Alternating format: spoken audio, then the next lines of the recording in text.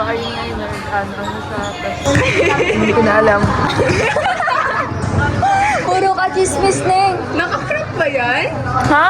Anong crop? Yung tinda ni Tita Le. Hindi! Ay, alam ko na.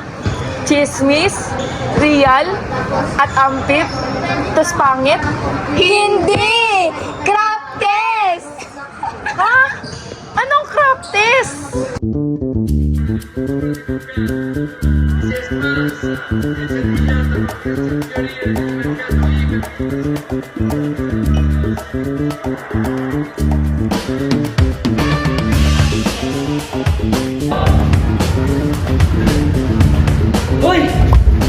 Currently, the timeliness of information.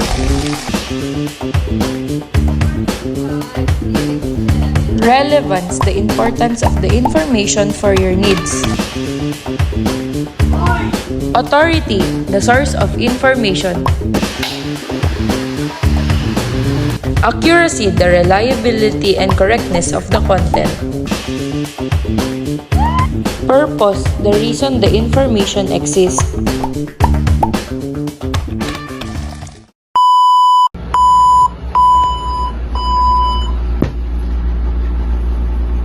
Laro! So let's dig deeper to the meaning of crop test. When was the information published or posted? Has the information been revised or updated? Is the information current or out of date? Are the links functional? Currency! Who is the intended audience? Is the information at an appropriate level? Have you looked at a variety of sources? Relevance! Are the author's credential and organizational affiliations given?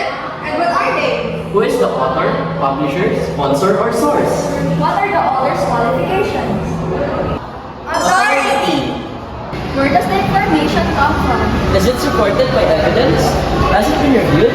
Can you verify any of the information in another source? Does the language seem unbiased? Accuracy! What is the purpose of the information? Do the authors, sponsors make their intentions clear? Is this information fact, opinion, propaganda? Is it objective, impartial, and unbiased? Purpose! Ay, yun pala yun. O self, alam mo na.